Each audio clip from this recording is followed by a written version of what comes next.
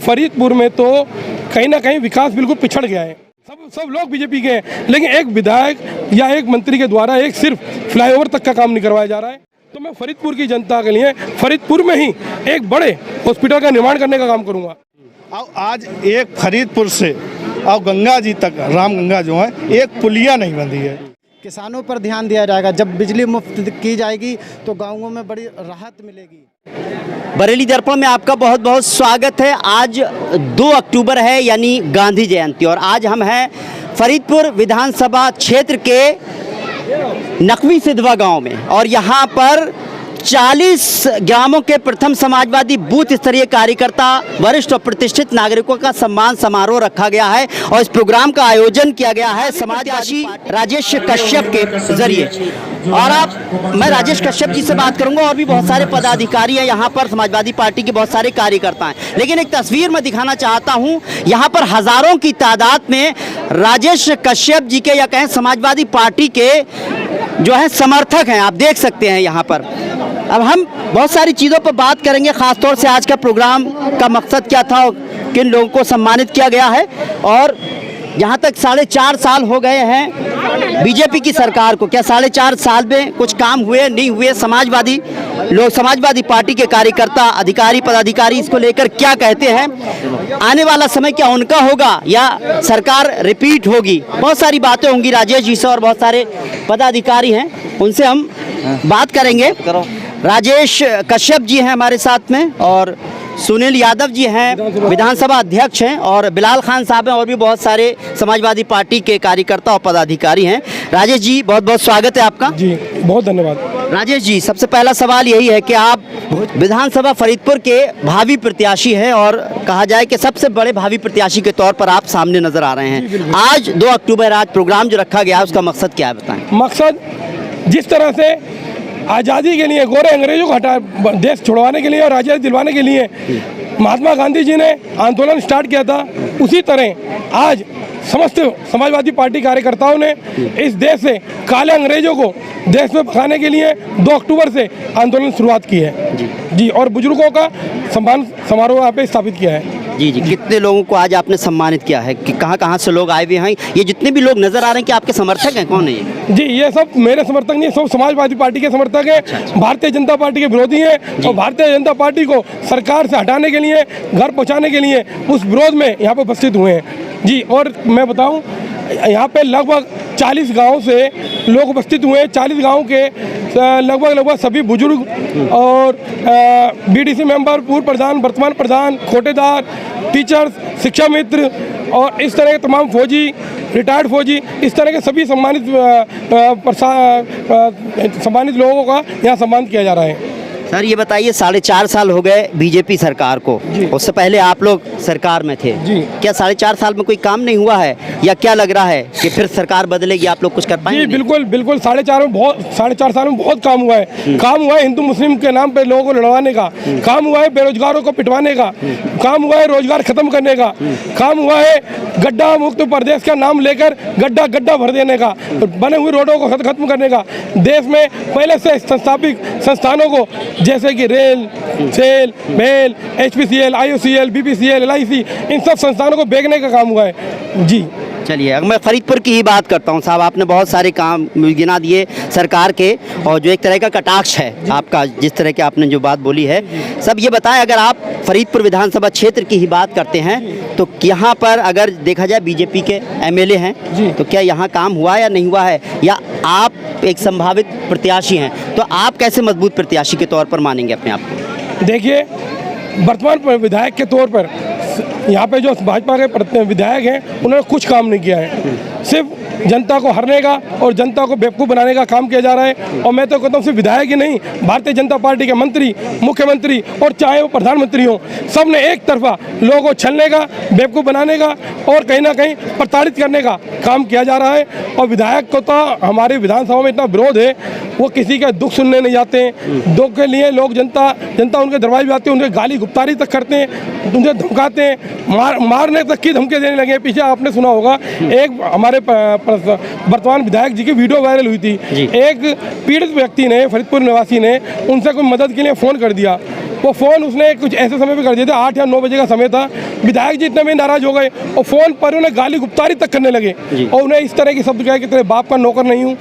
इस तरह के शब्दों का प्रयोग तो इस बीजेपी के लोग करते हैं।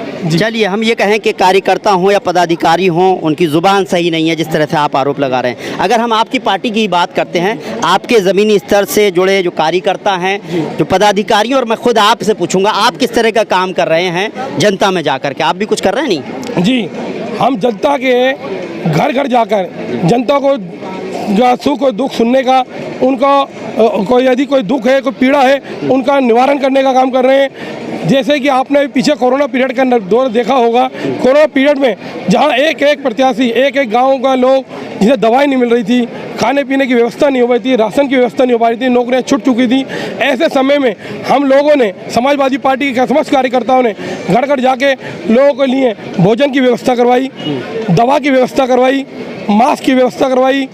और कहीं ना कहीं जब ऑक्सीजन के बिना लगातार लोगों की जानें जा रही थी, संपूर्ण संख्या में उन्हें एम्बुलेंस की व्यवस्था नहीं हो पा रही थी, उस समय फरीदपुर विधानसभा की समस्त विधानसभा टीम ने और साथ में मैंने भी उनके साथ जुड़कर लोगों के लिए सरकार आएगी तो आप सर जो है स्टेट में किस तरह से काम करेंगे जो आपको लगता है काम नहीं हुए? दूसरा सवाल इसी के साथ जुड़ा हुआ ये है कि फरीदपुर में आप भावी प्रत्याशी, आप अगर प्रत्याशी बनाए जाते हो और आप जीत जाते हैं तो आप फरीदपुर की जनता के लिए, जनता आई हुई है उनके लिए क्या करेंगे? देखिए, बात होती है अगर पूरे प्रदेश की, तो प्रदेश में जिस तरह से हमारे माननीय मुख्यमंत्री श्री अखिलेश यादव जी ने कानून व्यवस्था को दुरुस्त किया था, 100 डायल शुरू की थी, एम्बुलेंस सुविधा शुरू की थी, विधवा पेंशन, बुढ़ी पेंशन, और शिक्षा के स्तर में लैपटॉप देने का काम किया था, रोजगार देने का काम किया था, नौकरियां देने का काम किया था।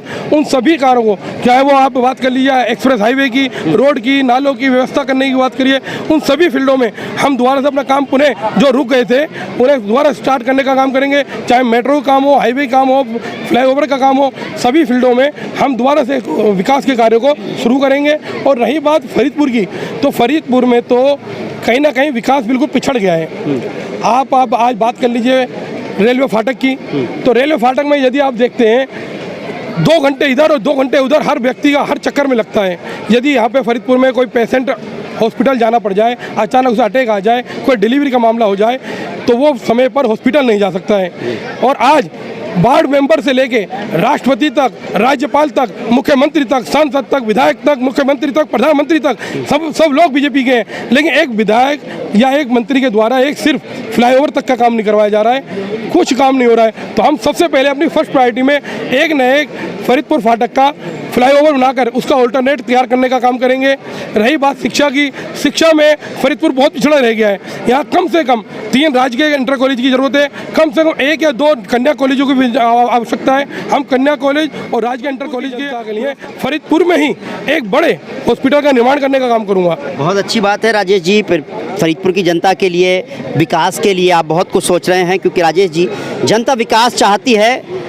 इस महंगाई से जो है त्रस्त हो चुकी है, वो महंगाई को किसी न किसी तरह से चाहती है कि कम होना चाहिए। उम्मीद कर सकते हैं कि आपकी सरकार आएगी तो कहीं ना कहीं महंगाई पर लगाम का।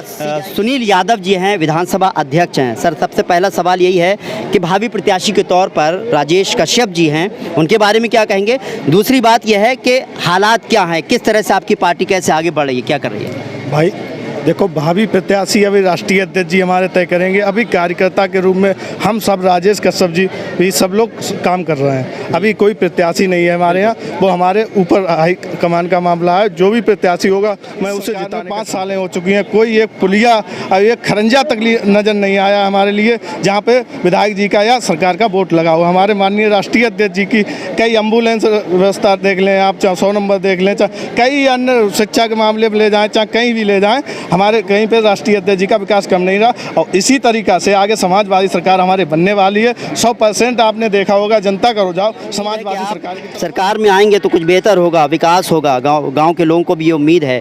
बिलाल साहब हैं हमारे साथ। बिलाल साहब, आप क्या कहेंगे उत्तर प्रदेश को ख़ास तौर से? पहले आप अपना पद बताएं साहब, और जिस तरह से हालात हैं, अगर हम कहें राजेश जी के एक प्रोग्राम में आप आए हैं, किस तरह के कैंडिडेट हैं और किस तरह से आपकी पार्टी काम कर रही है उत्तर प्रदेश की जनता को लेकर के, ताकि विकास हो और लोग जो परेशान, की परेशानियाँ दूर हों? सबसे पहले बहुत बहुत धन्यवाद करूंगा बरेली दर्पण का कि वो सच्चाई दिखाने में सबसे आगे रहते हैं। मेरा नाम बिलाल खान है। मैं समाजवादी सांस्कृतिक प्रकोष्ठ का प्रदेश उपाध्यक्ष हूँ, जिसके प्रदेश अध्यक्ष माननीय धर्मेंद्र सोलंकी जी हैं। हम लोग गीतों के माध्यम से, अपने कला के माध्यम से अपनी पार्टी का प्रचार करते हैं और पार्टी की नीतियों को बताने का काम करते हैं। और आपने सवाल किया कि अगर हमारी सरकार बनती है तो हम किन मुद्दों पे काम करेंगे। तो सबसे पहला मुद्दा होगा, सरकार बनने पर जितने हमारे नौजवान साथी बेरोजगार हैं, बड़ी बड़ी डिग्रियां लेकर घूम रहे हैं, हम 10 लाख नौकरी देने का पहले महीने में काम करेंगे। बेरोजगारी पे सबसे पहले ध्यान दिया जाएगा, किसानों पर ध्यान दिया जाएगा। जब बिजली मुफ्त की जाएगी तो गाँवों में बड़ी राहत मिलेगी, बड़ा सुकून मिलेगा। 300 यूनिट बिजली फ्री करी जाएगी और आपके खेत खलिहान पे जो बिजली जाती है उसको पूरा फ्री देने का काम समाजवादी सरकार करती है, किया भी है। बहुत अच्छी बात है, किया है, बहुत अच्छा काम किया है। लेकिन साहब एक बात बताइए, 2017 में आप हार गए जी, ऐसी कौन सी कमियां थी कि आप हारे, और अब कौन सा ऐसा काम हो जाएगा कि आप जीत जाएंगे और जो महंगाई हुई है उसमें जो है एकदम कोई जादू हो जाएगा? देखिए, जो आप बात कर रहे हो 2017 की जी, यहाँ पर 2017 में क्यों हारे, ये बहुत बड़ा मुद्दा है जी।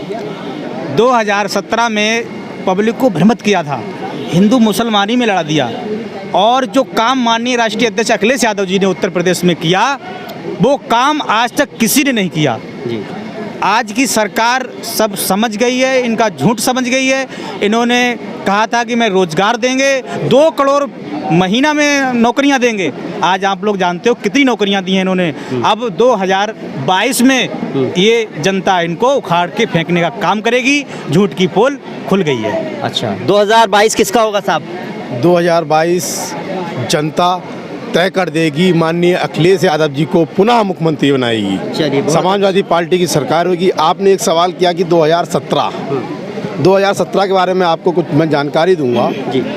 कि जब 2017 का चुनाव आया था तो बीजेपी के सभी लीडर एक चीज़ से लेके चले कि थाने में यादव जाति को बदनाम करके कहा। उस समय भी थानों में हर बिरादरी का लोग था। मौर्य को यादव से लड़ाया, कुमार को लड़ाया, कश्यप को लड़ाया, सबको लड़ाया एक दूसरे से। इन्होंने हम लोगों को वोट जो था बांटा और ये कहा कि ये मुस्लिम पाकिस्तान यहाँ पे बन जाएगा। तो लोगों ने सोचा, हिंदू भाइयों ने सोचा चलिए एक बार ये सरकार भी देख लेते हैं। और उस सरकार को देखा तो पाया क्या कि हमारे बेटे की जो नौकरी, प्राइवेट नौकरी कर रहा था 10,000 रुपये या 8,000 रुपये में, वो भी इन लोगों ने छीन ली। आपने इधर कोरोना काल देखा, इसमें करीब 80 लाख लोगों की पूरे देश में काम करते हैं। ये लोग कहते कुछ हैं, करते कुछ हैं। 15 लाख रुपए का झांसा दिया था, किसी के खाते में 1 रुपये नहीं आया। विधवा पेंशन योजना वो बंद कर दी, बुजुर्ग की वृद्धा पेंशन योजना 60 साल वो बंद कर दी। माननीय अखिलेश यादव ने कहा है कि अब की जब सरकार हमारी आएगी तो महिलाओं को 1,500 रुपये हर महीने और विधवा को और वृद्धा पेंशन योजना 1,500 रुपये दी जाएगी। जी हाँ, अगर देखा जाए, क्योंकि ये प्रोग्राम अगर देखा जाए समाजवादी पार्टी का प्रोग्राम है, जाहिर सी बात है अपनी अपनी पार्टी को लेकर लोग कहते हैं। लेकिन अगर हम जनता के बीच जाते हैं तो लोग परेशान हैं, खास तौर से महंगाई से परेशान हैं। हमारा प्रोग्राम ऐसा नहीं कि हम समाजवादी पार्टी का जो प्रोग्राम है उसमें आएंगे, हम बीजेपी के कार्यकर्ताओं पदाधिकारियों से ही मिलेंगे, उनसे भी ये सवाल करेंगे इन्होंने जो सवाल किए हैं, और हम पूछेंगे ऐसा क्यों हुआ है, उनके क्या जवाब होंगे वो भी हम जानेंगे। कुल मिलाकर जुमलेबाजी से काम नहीं चलने वाला है। कुल मिलाकर जो योजनाएँ आती हैं उनको बदल दिया जाए, उनका नाम बदल दिया जाए, उन योजनाओं को खत्म कर दिया जाए, उनसे काम चलने वाला नहीं है। रोजगार चाहिए, भूखा है आदमी, लोगों को जो है महंगाई से त्रस्त है, उसे छुटकारा चाहिए। वही सरकार आएगी जो महंगाई से छुटकारा दिलाएगी, जो लोगों के लिए, बेरोजगारों के लिए जो है योजनाएं लेकर आएगी।